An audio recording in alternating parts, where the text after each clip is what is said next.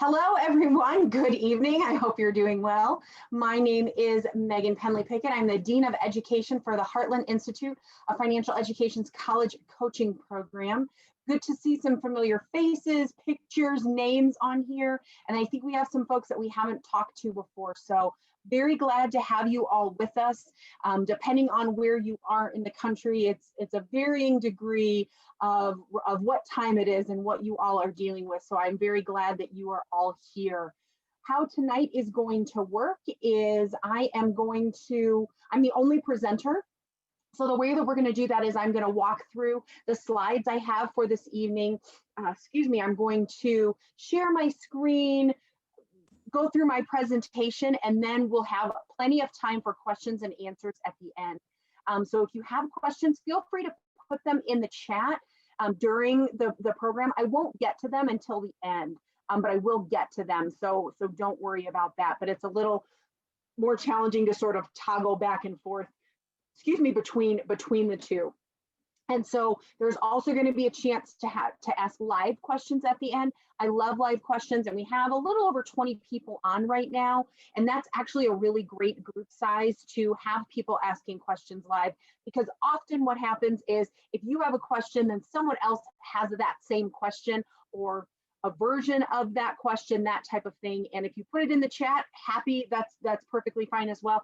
I end up reading that out loud anyhow, and then answering that. So just keep that in mind. You have about a half an hour to get up your courage to speak in public. So without further ado, I am going to share my screen. If in the beginning of this you can't see my screen, there won't be any sound other than my voice. If you can't see it for whatever reason, put something in the chat, and then I will see that and fix it, or you can unmute yourselves and let me know, but you should be able to see my screen. So here we go. All right, and I'm gonna stop I guess I can leave my video on. That's probably not a big deal. Can you all see? I'm going to assume that you can see my screen, unless you tell me that you can. I'm seeing, yep, thank you very much. I see some thumbs up, some double thumbs up there. So perfect. So I'm gonna look at my screen over here, but apparently you can see me do that. So again, you are in the right place if you're here for our Value of the College Coaching webinar. And so to start off, want to tell you who we are. For those of you who may not be overly familiar with us, we are, again, the Heartland Institute of Financial Education, HIFA for short. We are a national 501c3 nonprofit organization, and we are built on the idea of promoting financial literacy. We believe a cornerstone of that education and that promotion of financial literacy is how do we pay for, navigate higher education without giving away all of our wealth and everything that we have accumulated so far. We provide our college coaching program, and it's with you. Each student that enrolls in the program is provided a college planning coach who works directly with the parents and students throughout that whole process. So we'll talk tonight about what that process looks like, but it's really sort of soup to nuts, right? In that we start working with students in the middle of 8th grade. So really at this point, or January of, I guess it's not quite December yet. Everybody wants 2020 to be over, and I am with them, right? And so I'm thinking it was December for a second. So we start working with students in the middle of 8th grade, and then we go up through high school and even into college. And then we have some programs that are for current college students as well. And so we start working with them on lots of things, and we're going to get into that tonight. And so how do we deliver that? It's a fully online program. All of our services are delivered via email, online meetings such as this, and phone. And so that's really important to know, that as a lot of organizations were really pivoting and having to switch how they were delivering their services, we didn't have to do that. We were able to really focus on, okay, what types of services, what types of information and recommendations and support do our students and family need during this very unprecedented time, which we're still experiencing. And so we were able to do that because we were able to just sort of keep moving forward on the types of support that we were offering, not how are we going to do that. Here you can see all of our contact information. This slide will come up at the end as well. Our email here, hyphecpp@hyph-usa.org. or our Facebook page. We would love if you liked us on Facebook. Those are probably the quickest ways to get a hold of someone in the office, because our state is currently going into not quite lockdown, but we are in very sort of limited, much safer at home is what our governor is calling it right now. So we have limited staff in the office, which is tied to that phone number. So the email and or the Facebook page, which has a direct messenger feature on it, is the best way to get a hold of us. And then to get some more information on our different options, which I'll talk about tonight. But if you're a prospective client, if you're a newer consultant, or even someone who just sort of wants to take their time with what our different options are, you can find it at our new website, collegecoaching.org. Okay, so I'm going to walk through sort of the main challenges that come up when it comes to college planning. And when we're talking about college planning, it's often a myth that we're starting college planning when we're a junior or senior in high school. We truly believe that we start that planning early on because of some of these myths, these challenges that are coming up. And the earlier that we can start thinking about strategies around it, that we can start asking questions of students, getting them to think about what they want their major to be, what they want their career to be. It doesn't mean that they have to agree to that. If in 8th grade they say, I'm going to be a pediatrician or a teacher or an astronaut, that they're going to do that later on. But it gets them started. It gets them thinking about these things. So that's really when we're talking about college planning, we're really, again, looking at that whole time frame and how we can utilize it to the best of the students, so they can get the most out of it. So the number one challenge with college planning, university planning, post-high school planning, is the rising cost of school. It is extremely expensive. I am sure no one is surprised. I'm saying that, Megan, we really thought it was very affordable. It's risen over 25% in the last 10 years. And I'm actually going to start checking that out, because that I know that was true about a year ago, and I think it's gone up even more. You can see that the average cost of in-state public institutions, so that's going to be your state schools, not just a school that's in the state of California or in the state of Nevada or Illinois or wherever, but it needs to be designated as a public university. And you are an in-state student if you have residency in that state. So I went to Ball State University, which is funny, but Ball is not a state. I don't know if anybody knows that, but it's in Indiana, right? And I was a resident of Indiana, so that was an in-state public institution for me. The reason I go into some of that detail is sometimes that gets confusing for folks of what that sort of means, so wanted to give that definition. But you can see it's pretty expensive. It's over $23,000. Now, this is just the average. Here's a breakdown, right? So this is really what we start talking about as the net cost for college. So, okay, tuition might be, $10,000, maybe $11,000, and people are thinking, maybe I can afford that, maybe with loans. Well, if your student is going to live on campus, which is a little up in the air right now because of what's happening in the world, but they have to get books, right? They have to have technology fee and recreation fee and some of those different types of things. If you're a commuter, you really need to think about, what does it cost to park my car? Can I, if I'm an underclassman student? What would it be like to get food on campus, right? Because if you're on campus all day, it may be unrealistic to say, okay, you're going to pack all of your food. Well, you better hope that cheese sandwich, right, doesn't go bad during the day. So you want to think about those types of things. So those are some of the not really hidden costs, but you have to know what you're looking for. Whew. Got a little warm for the first time today. We had a snowstorm where I am. So I've been bundled up until I start presenting. I get very excited. You can see out-of-state public. So, again, I was a resident of Indiana. And if I had gone to another public institution in a different state, that's what this really is. So it's almost $40,000 for out-of-state tuition for a public institution. And private schools are averaging out at over $51,000.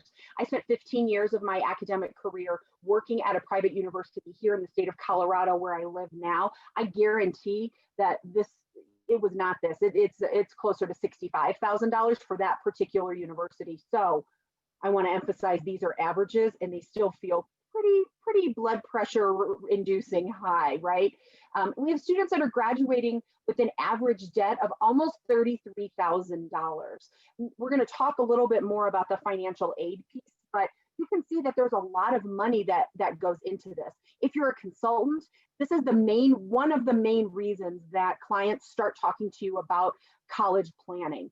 And what I want to plant the seed on this particular slide, whether you're a consultant, a prospective client, whatever role you are playing, or other roles that I am not including in that, I want to plant the seed of the reason that we at the Heartland believe that college planning starts as early as 8th grade is because we want to make sure that students are graduating in the right amount of time, which if you're getting a bachelor's degree is going to be 4 years, a little bit less for some folks, but we really wanted to average out at that 4 years, right?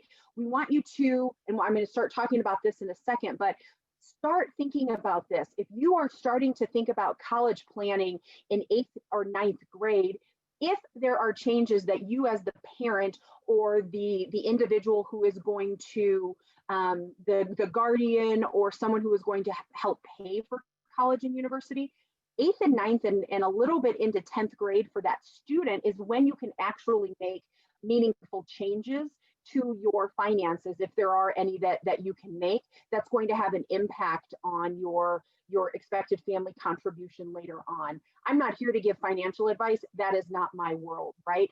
But if we don't know that until they're juniors or seniors that we could have sold a property or moved it around somehow, we're kind of out of luck with that, right? So we want to start those conversations on the financial side of things, and we want to make sure that we're starting those conversations that are going to lead to some of the other challenges that we're going to get into in a moment. We want to be able to mitigate those early on. Here's a little bit of what I was just talking about, right, with the real cost of college and university. The average time it takes students to graduate in North America is 5.5 years. So you saw those numbers that I was putting up, right? Let's just say even $24,000 a year for in-state tuition, an extra year and a half of that is almost $35,000. They're losing out on wages for, again, just average lost wages for a year and a half is $77,000. And so that's almost $112,000 additional dollars because it took a year and a half additional to graduate, because we didn't know exactly what we wanted to do career-wise. We didn't understand how to do that research. We didn't understand how to get some hands-on experience to see if that's the right field for us. We didn't know how to translate that to a major. What's a good college fit, right? So I'm going to start addressing that in a second. So when you think about this, and I'm going to spoiler alert for those of you who don't know what our program costs. Our program costs $26.95 for the first year. So $2,695 for the first year, $500 renewal fee every year after that. So if you're looking at that, and I'm not going to try to do math in public and in a recorded setting, right? But if you start in 8th grade, $26.95 plus another, so you're looking at maybe $5,600, $5,700 total for 4.5 years, give or take, of college planning, to make sure that you are making the best of you're maximizing your high school options, you are making the best plans for yourself and your family financially, that student is getting support throughout the admissions process, how to choose the schools, majors, all of those things for less than $6,000. That's a fraction of what the total cost of college can be when we don't know what we're doing as we enter it. So something to keep in mind. There are different types of financial aid. Again, we know that if you're a prospective family, if you're a consultant, these are the conversations that people are having at the beginning. We know that it's expensive. And so there are different types of financial aid, and we talk about and educate our families on all of those. So federal aid, that's the FAFSA when people are talking about that. That's state aid if you are in a state that does offer state-specific aid. Not all states do. There's private scholarships and grants. Those are from organizations that are going to be locally or nationally held that students have to apply to. There's school-specific aid, and so that is once students are accepted into a college or university, they typically are going to receive a financial aid package. And typically if they're getting any aid from that school, any either loans or money that they need, that's a scholarship of some sort or that type of thing, that's going to be under the school specific aid. And then there's loans. There's lots of ways to go about loans. You can get private loans, you can get federally supported loans. Some of them are subsidized and unsubsidized. There's a lot that goes into this, and it's really overwhelming. It's overwhelming for me, and I've been out of college for a long time. And I worked at a university for a really long time as well. And so we know that this is really stressful for people. It's become even more stressful over the last number of months with everything changing in the US or in the world, not just the US. And so we want to make sure that our families understand what goes into these pieces, how to maximize their options. We're not here to give all kinds of financial advice. And if you move it over here and move it over here, you know, that type of thing, here's how you get around rules. That's not our job or our goal. What our job and our goal is to make sure that families understand what goes into that broader umbrella of financial aid, how to maximize those options, how to engage with, how to find those scholarships. We offer, you know, essay reviews for those scholarships. We give FAFSA webinars on how to maximize that, how to answer it correctly, you know, all of these pieces. And then once students are really looking at their financial aid package, once they're at that admissions piece of it, we help them sort of compare and contrast those different packages. But again, a lot of people say, well, then why would we start these conversations until, you know, junior or senior year? If we don't start these conversations early on, there's often really this sense of urgency. There's this sense of rushing and pressure around it. And so we want to start having these conversations, one, when people can make any changes that if it's available to them, and that they're maximizing their options, right? So that's my spiel on financial aid.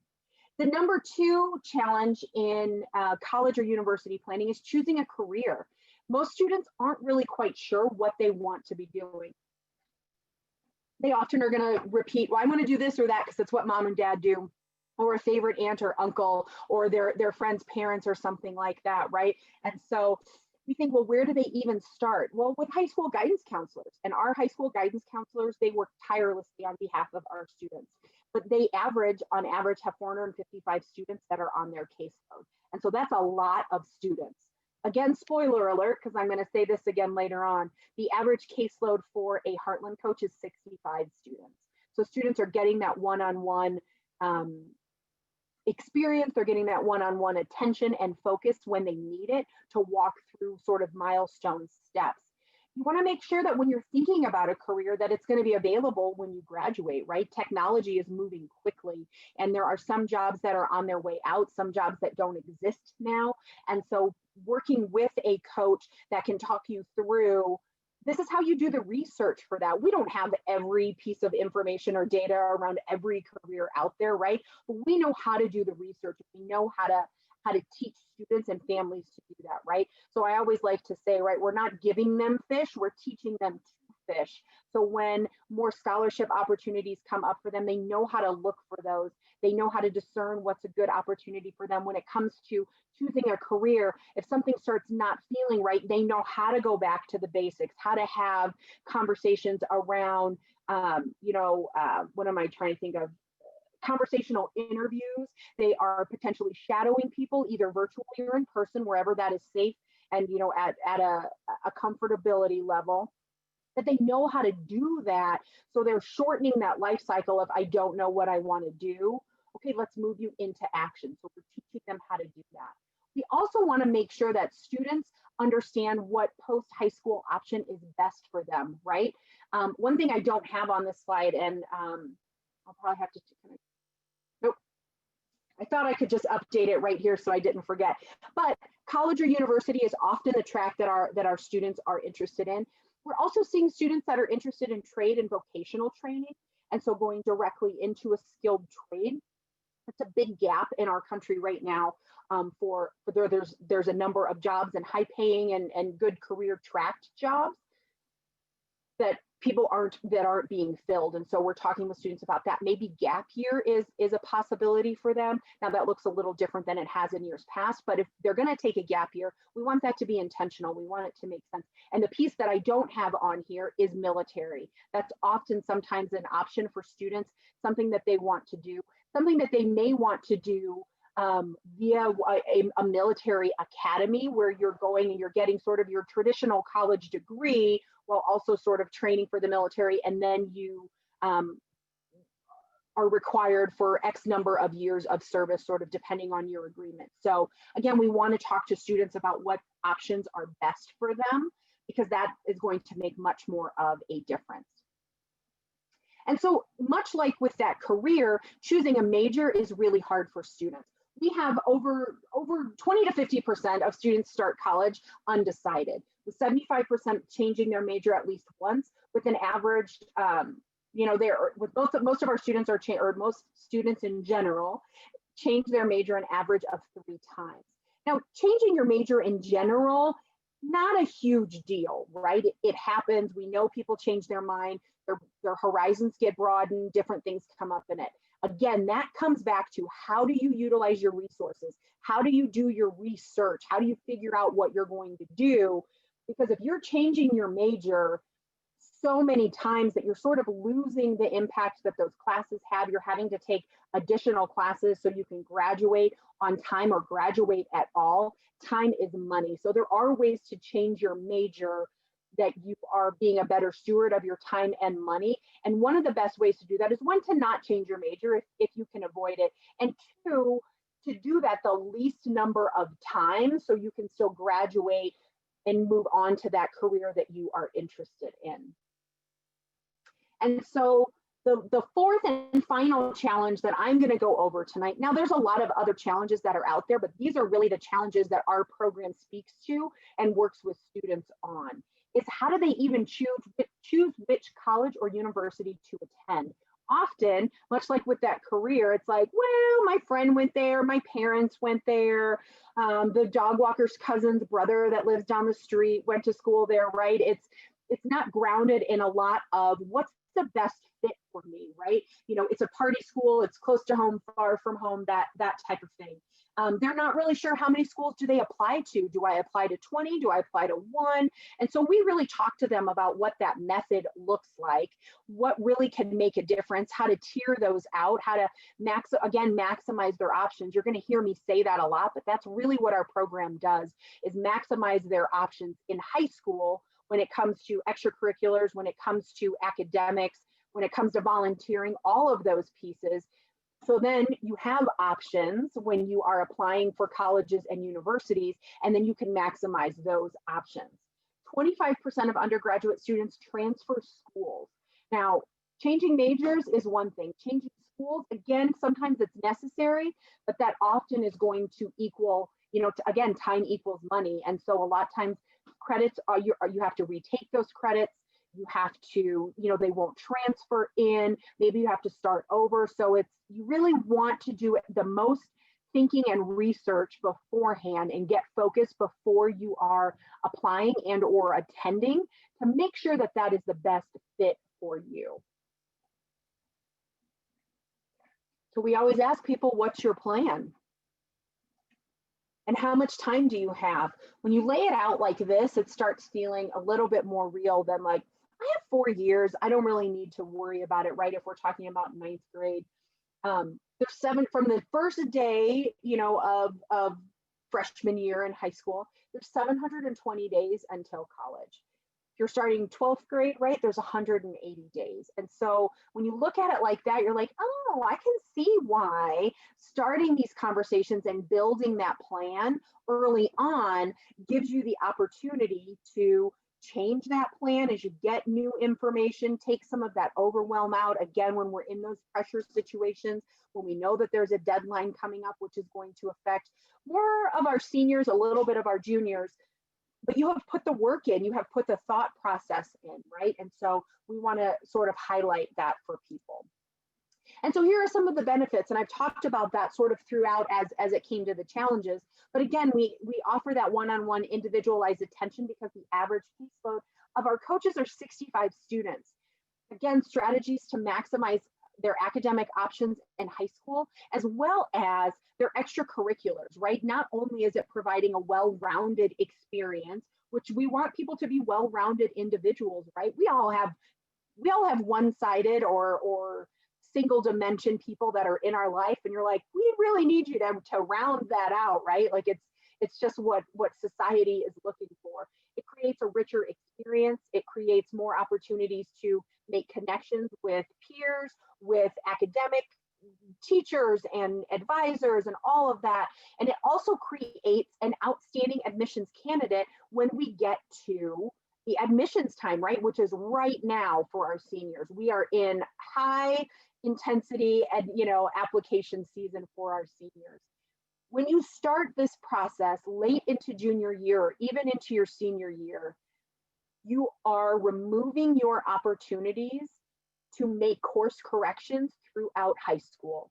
And so that's really one of the reasons why starting earlier, 8th grade, 9th grade, 10th grade, really allows students to get a broader picture of what's expected of them as an admissions candidate, so they can start course correcting while they're in high school, not later on and say, well, I missed my chance, right?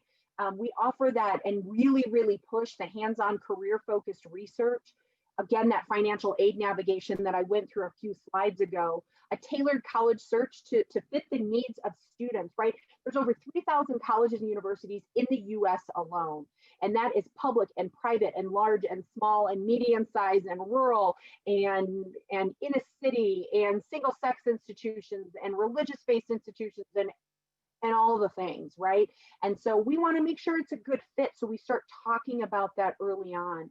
So when students are doing their research, they're taking their online tour, they start to have language to say, this doesn't seem like a good fit for me. This does.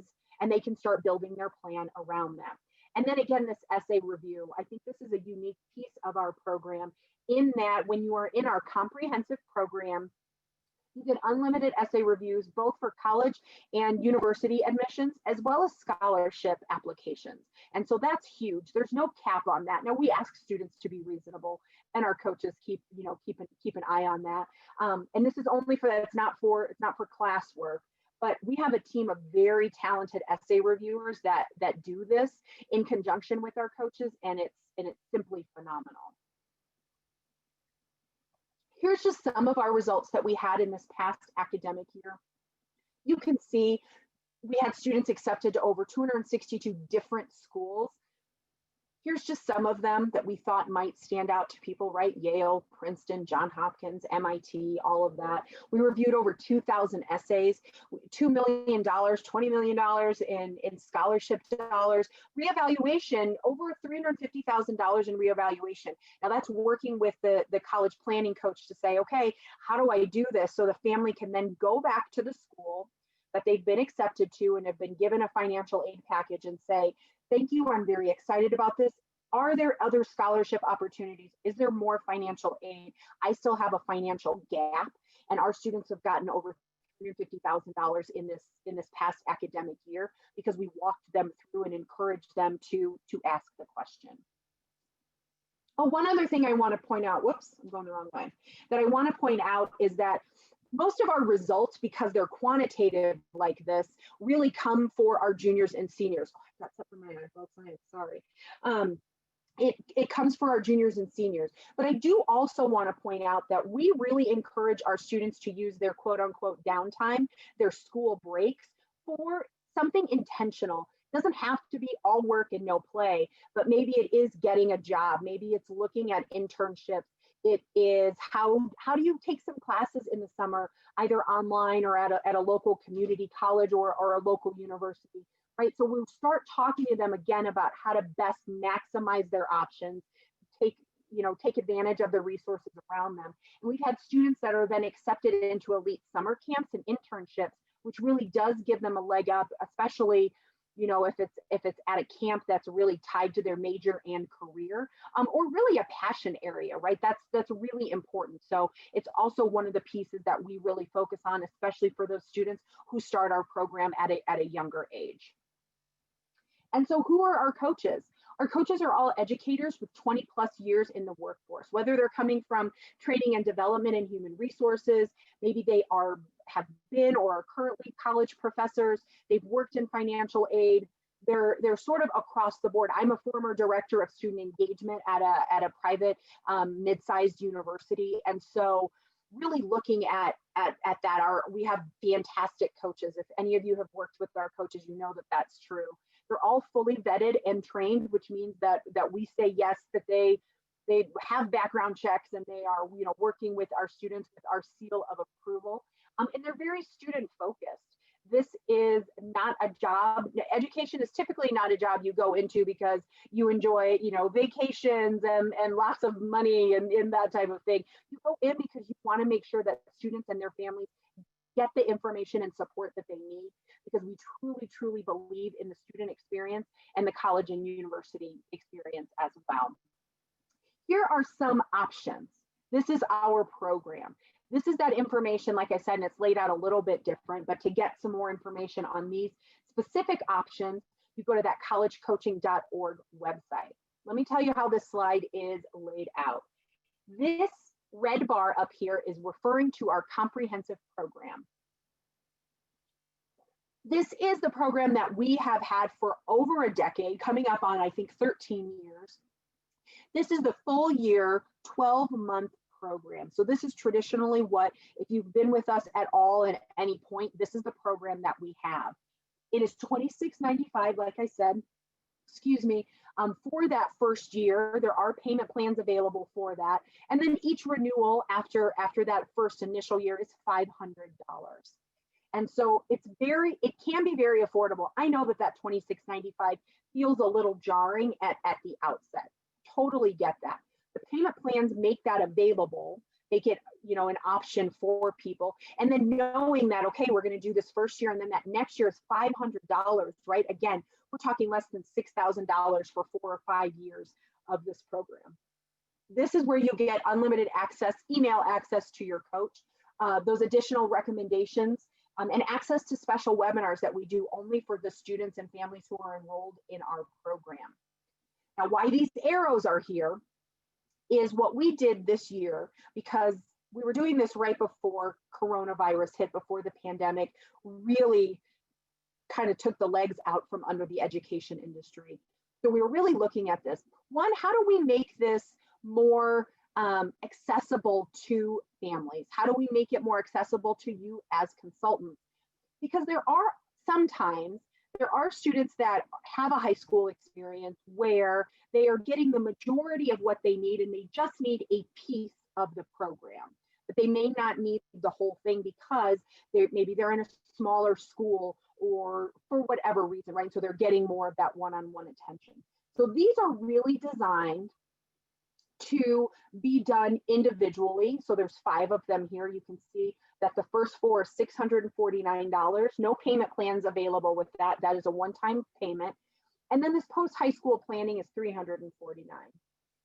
The majority of these, really outside of the career assessment and guidance, these are really for our juniors and seniors and students who have graduated. It doesn't make a lot of sense to do application and essay review for 9th graders because they're not at that point, right? Same for financial aid navigation because it's got that FAFSA piece in there. And so this is something that we could potentially do, but it's really designed for our upper class students. Now, this career assessment and guidance, this may be an entry point for our younger students. All of these have access to the Cooter platform, which is where all of our assessments are held, and all of our coaches are well versed in how to talk about that. So that may be a really good, again, entry point for underclass students. And by underclass, I really mean 8th, 9th, and 10th graders, and upper class students are considered juniors and seniors. It's not anything to do with class, it's just their grade in high school, to be clear. And so that career assessment and guidance may be applicable for some of our younger students to get them, what is it like to work with a coach? What careers could be, out there for me, that type of thing. But really the rest of these are really reserved for our older students. So You can put them together. There is a benefit to bundling them if you wanted to do that. But again, if you're a younger student and really looking at, okay, how am I going to have sort of this unlimited access, you're going to want to look at the comprehensive program. A couple of things I want to point out with these options, and you can see this sort of in the smaller print down here, is that each of these 5 options that are down here have 4 30-minute sessions with their coach. So it is time bound versus unlimited, sessions, emails, those types of things with the comprehensive program. And it needs to be completed within 8 weeks.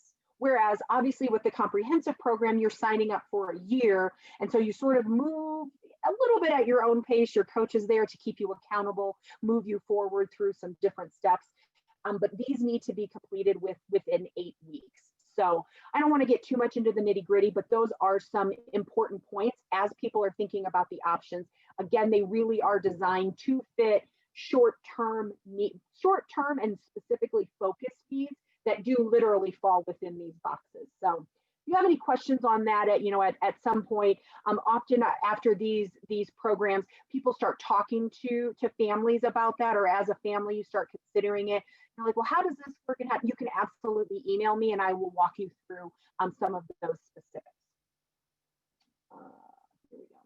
So the next steps is to enroll, right? If you are interested in what we talked about tonight, whether you're a prospective client, if you're a prospective client, please connect with the consultant who invited you here.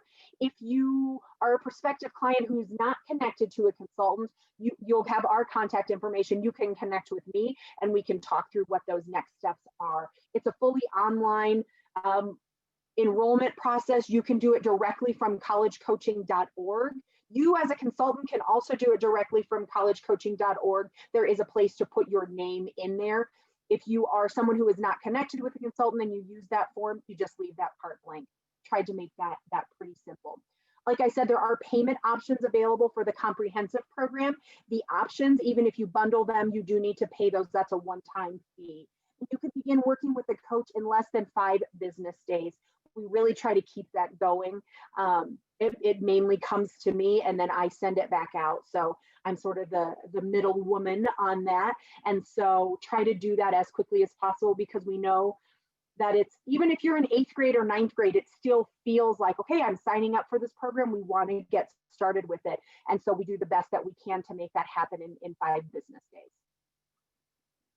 I just didn't take that off for whatever reason. And so this is the last slide. So I'm gonna leave this up for a couple of minutes. Again, this is our Facebook page. We're constantly posting a lot of information. There's no strings attached. It's a great place for you as consultants to get information, for prospective clients. Share it with whomever you want. We want to push out as much value and information as we can. And so this is the best email if you have questions. If you are a person who's interested in enrolling and don't have a consultant, email hypecpp@hype-usa.org if you have questions. Or again, you can go directly to collegecoaching.org for any of the options or the comprehensive program. Okay, so let's see what questions we have. It looks like something came up. So someone asked, my daughter is in 10th grade. Is it all right to sign up still? Yes, please, absolutely. That's a really, really great age to start signing up, because students are sort of in between underclassmen and upperclassmen. They're starting to have those conversations around, what am I going to do next? What kind of track am I in academically? Those types of things. So this is a really great time. Sophomore year in high school, it's a great time to start that. You can start having those conversations. So in about a year or 18 months, they can start making the decisions. I know, isn't it crazy that it would only be 18 months from now that your student's going to need to decide which schools that they are applying to. So let's start that process early on. So then it makes, I'm going to stop sharing here. Excuse me. So then it makes a lot of sense. So that's a great question. This slide deck is not on the presentation. I'm sorry, it's not on the consultant team site. This is because we do it specifically for this event to then hopefully bring prospective clients to. So this slide deck isn't available. So But if there's anything specifically on here that you're interested in, let me know and we can figure that part out. As a consultant, how far can we just, wait, I'm mixing up two. I'm gonna go back to one. How can we work with the student who has ADHD and anxiety? That's a great question. And I've been getting more questions around students who have maybe IEPs or there's a number for it that I can't remember right now. That's basically a diagnosed 503. 503, thank you. Yes, I was like, I know it's something. And so students who have learning differences, who have, just maybe some challenges when it comes to learning. And so that would be a conversation that I would be happy to have. We do not have anything. I'm gonna put this all under a very, very, very broad umbrella under mental health. There are so many buckets that are underneath that. I am not trying to be dismissive of any diagnosis at all. But when we are thinking about mental health and or learning differences, sometimes they're separate, sometimes they are connected. We want to make sure that it's still a really good fit for that student. We are not trained mental health and or learning difference coaches. And so it depends on sort of where they're at. So if you have a student and or family who's interested in that, often what I do is just offer up, I'm happy to get on a call with that family and the consultant. Both parties need to be there because I think it's important to show support for one another and for everyone to hear that same information. If you're interested in that, and then we can sort of say, this is what our program does. What are your student specific needs? Are there challenges? And then I can give sort of my perspective on if we're able to meet and support those challenges, or maybe there's something that may be different. So we definitely want to look at that on an individual basis. And so as a consultant, how far can we discuss about the options? I'm not sure I quite understand that question. Do you want to unmute yourself really quickly and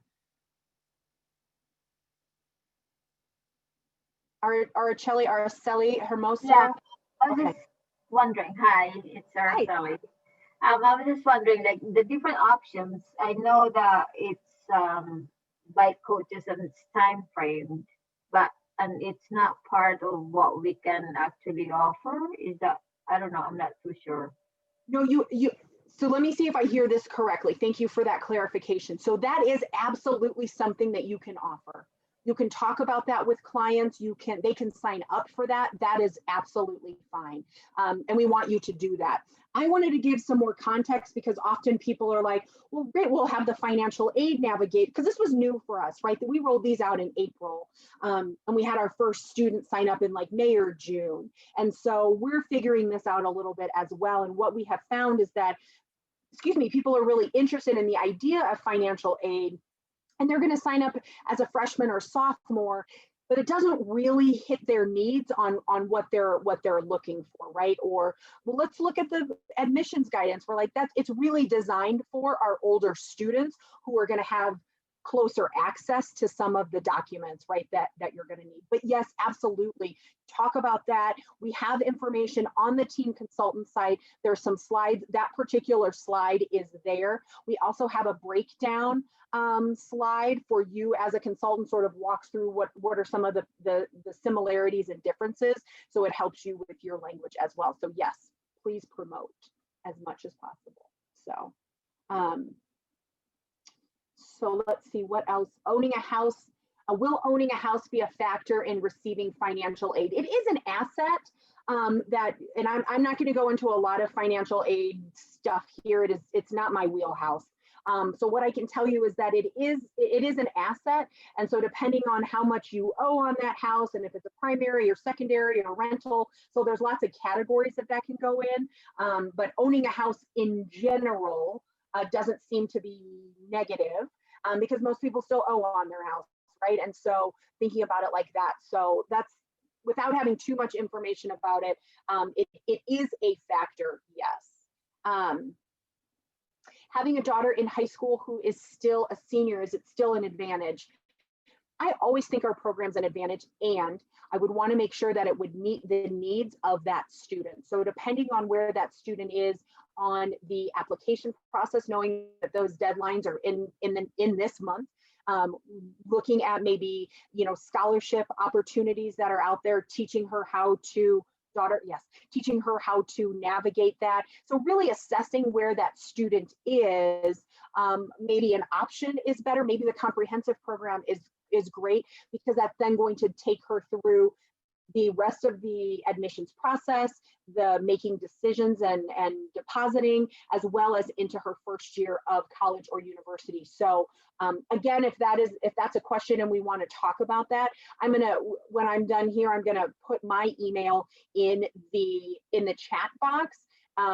And you can send me an email directly, and then I have a calendar link that's really easy for people to just click on and get on my calendar, so we can have that conversation as well. Thank you. Yeah, absolutely. Absolutely. If a student is having a hard time during this pandemic, for sure, and struggle with remote learning, how can we help them if they enroll to our program? You know what, that's a really great question. It's a topic that we have tackled through webinars, through individual, coaches obviously reaching out to their student, and we reach out remotely. And so I think that that's just something to keep in mind. Is we do Zoom meetings, obviously. We do email, so it's going to mirror a little bit of the interaction that they're having in school. And if that's a challenge, one, we would want to know that. Two, we are, planning on doing another webinar that's sort of addressing where we're at right now. I want to make a note of that because I thought of that earlier and I haven't. If I don't have a Post-it note about it, friends, it just doesn't happen. And so I think it helps them have someone outside of their current circle, and that may be a huge circle, it may be really small, that's helping them navigate this, right? Maybe giving a broader picture of what colleges and universities are looking for and how to get experiences in an alternative way than what we, would have thought of a year ago. And so I think that those are benefits. So depending upon what issues that student is having and what they're looking for from the program, again, I would, I'm always open to have a conversation. I am not in the game, and the Heartland Institute is not in the game of everybody sign up, it's for everybody, let's do this. We want to make sure that the students who want to get this support are getting it, and that we're able to tailor it. And if we're not able to tailor it, I want to be honest about that so they can use those resources and use that time to find a program or an individual that may be a better fit for them. So at any point in time, if you send me an email, I will almost always send back like, hey, yeah, let's get on a phone call. I got a link, you just put yourself on my calendar and we figure that out. So hi, Megan. I just posed the question. How are you? yes, how are you? Good, thank you. So that's the questions with this during pandemic, and the students have a hard time with the remote learning. They don't like it. They not doing well in school. They also have some anxiety and some isolations during this time. At the consulting, I know family like that. And they would love to sign up for the kid to that program. But here we struggle with schoolwork because the remote learning is hard. Mhm. So on top of it, if we sign up the kid for our program, how does work with schoolwork and also with this work on What- top of it? What age is this particular student? Freshman. Okay. No, sophomore, 10. Okay. I'm a parent. I have kids who have been remote learning. They're little, they're first and third. Luckily they went to school today, so I was very excited. But yes, we do know that. And I think that, again, on an individual basis, I don't know that we're going to address all the issues. Again, I want to be honest. I don't know that Right. we're going to address all of that.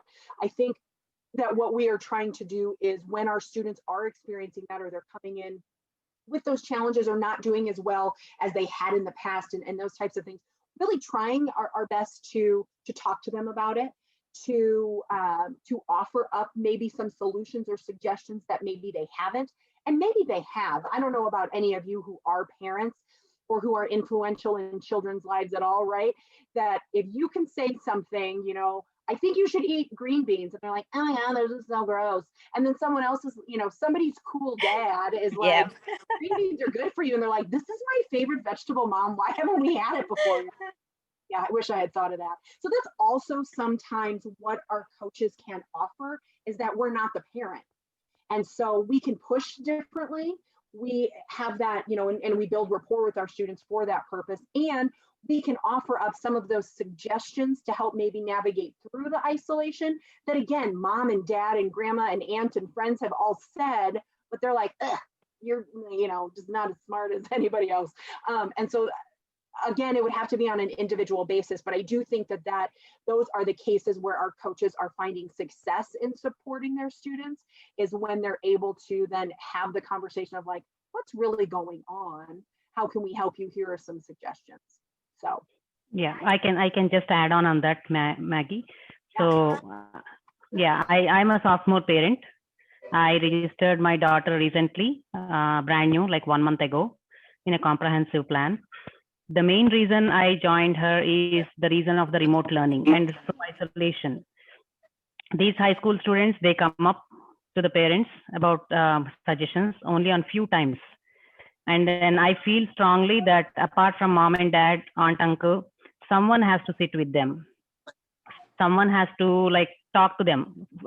It can be anything. It can be volunteering. It can be like any suggestions related academic or any other things. But I just wanted to start her, even though she's a sophomore, to have an extra set of hands, extra set of ears to listen to her. And then we will take from there. That's my take on that. I appreciate So it. Great. thank you very much for saying that. But as the parents myself, so I've been talking. So this what my situation. That's what happened with my kids as well. They're not willing to talk. Even teacher reach out to her, not talking to the kids. No one he talking right now. And he emailed the teacher say, "Oh yeah, I don't like this and have a hard time," but he's not willing to talk it out. So no one he talking right now. He just locked himself in the room very much. And I want to sign him up for this program, but I don't know it's gonna be how can we work with that if he's not willing to do it, right? So he's not willing to accept the help if he not get back to the teacher or the coaches. How can we get him to finish his work and do his things? Right. And that's a big challenge. And that's always been a challenge in enrolling a student in any type of program, including ours, is, and we say, right, and it's so cliche, right? Like, you're going to get out of it what you put into it. Well, yes, 100% that's true. And if you're the parent that's putting that in and the kid doesn't want to do it, like, that's going to create another tension point in your household. And I don't want to be a part of that, right? Like, that's not good for anyone.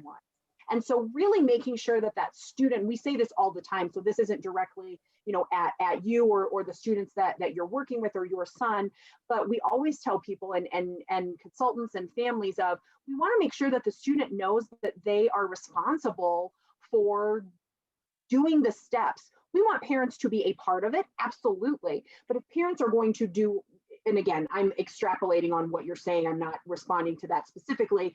If parents are then going to do the work for their students, then we're still going to be in that situation where students don't know how to change their major and find their career when sort of their safety net is gone. So that's one piece.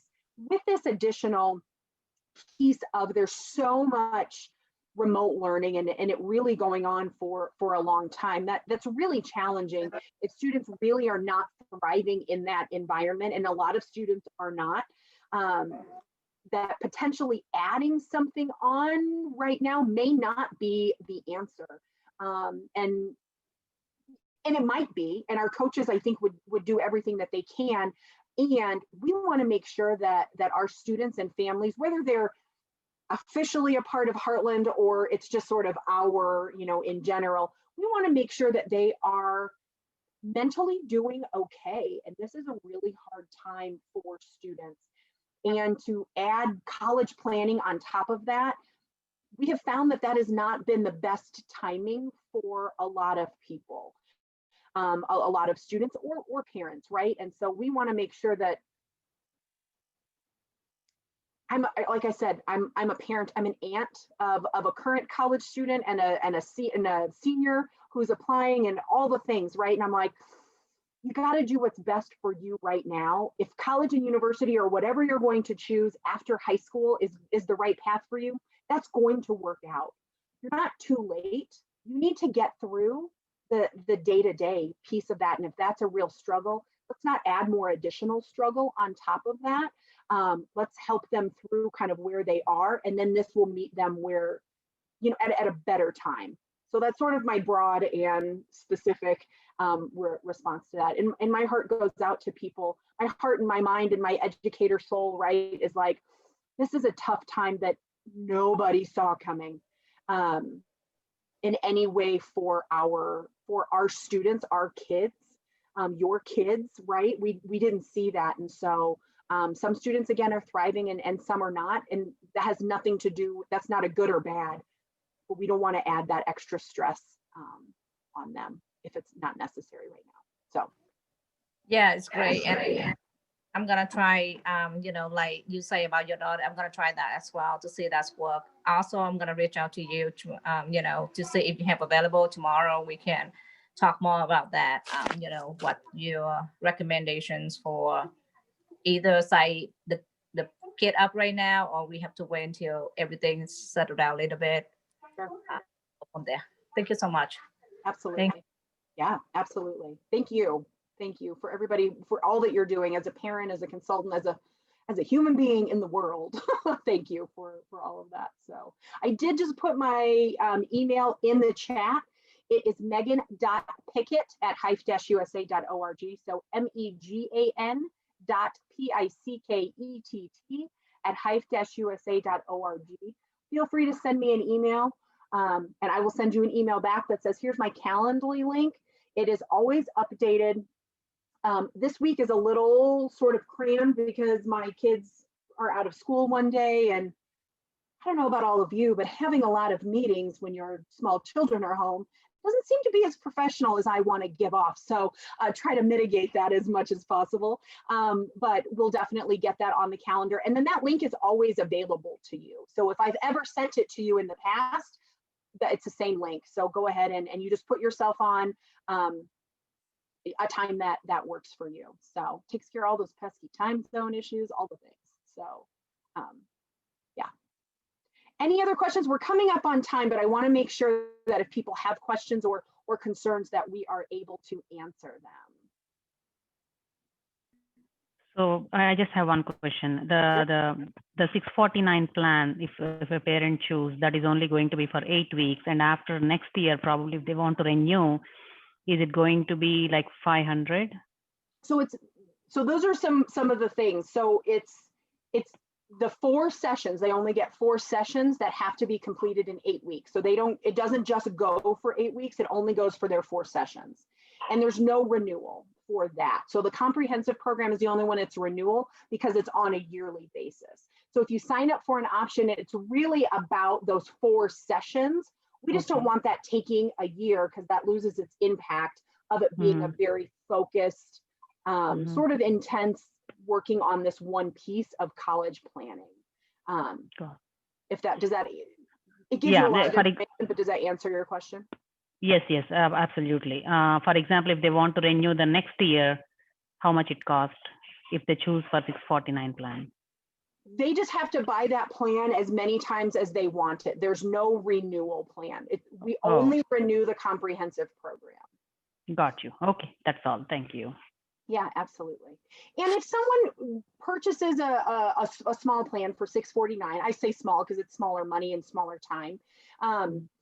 If they do that and they're like, you know what, now I really want to get involved in the college coaching program. If they do that within 6 months, then we will take that cost off, what they paid, we'll take that off of the comprehensive program, and they'll sort of pick up with that same coach. So we'll do everything that we can to make that. Again, we're not in this business to make money or a lot of money at least. You know, it's not to make a profit. It's really at the lowest cost possible to get this information and services out to people. So Sure. Yeah. yeah, good question. Thank you. Thank you. Great. Email me. That would be perfect. And yeah. Okay.